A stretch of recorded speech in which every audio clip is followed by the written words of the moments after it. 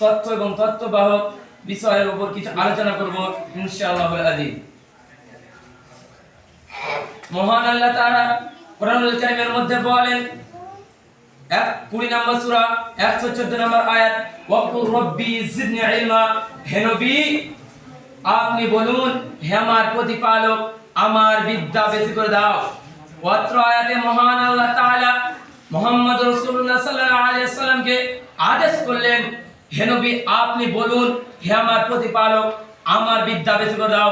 অর্থাৎ তার নবীর মাধ্যমে আমাদের বুঝাতে চাইলেন যে এই পৃথিবীর সমস্ত নর এবং নারীকে এই সকালে সন্ধ্যায় বিকালে অর্থাৎ প্রত্যেক সময়ে যারা বিদ্যা অর্জন করবে তাদের জন্য পড়তে হবে ওয়াকুর রব্বি জিদনি ইলমা, হে নবী আপনি বলুন হে আমার প্রতিপালক আমার বিদ্যা বেশি করে দাও। তারপরে সাল্লাল্লাহু আলাইহি ওয়াসাল্লাম বলেন ফাআলাম আন্নাহু লা ইলাহা ইল্লাল্লাহ ওয়াস্তাগফির লিযানবিক, অতঃপর তুমি জেনে নাও আল্লাহ ব্যতীত কোনো মাবুদ নেই, there is no God but Allah, Allah ব্যতীত কোনো মাবুদ নেই। ওয়াস্তাগফির লিযানবিক, অতঃপর তোমার পাপগুলো আল্লাহ পাক রব্বুল আলামিনের কাছে ক্ষমা প্রার্থনা করো। অত্র আয়াতটা আমরা বুঝতে পারি যে সর্বপ্রথম আমাদেরকে জেনে নিতে হবে আল্লাহ ব্যতীত কোনো মাবুদ নেই, there is no God but Allah, Allah ব্যতীত কোনো মাবুদ নেই।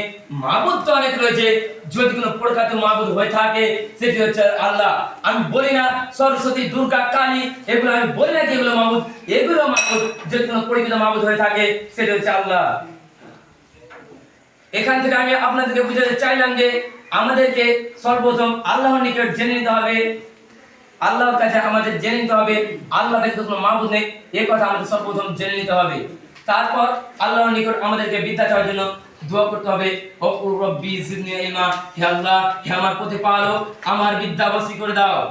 and see and Lord in this increases in knowledge, হে আল্লাহ আমার বিদ্যা বেশি করে দাও। এখান থেকে আমার বক্তব্য ইতি করলাম।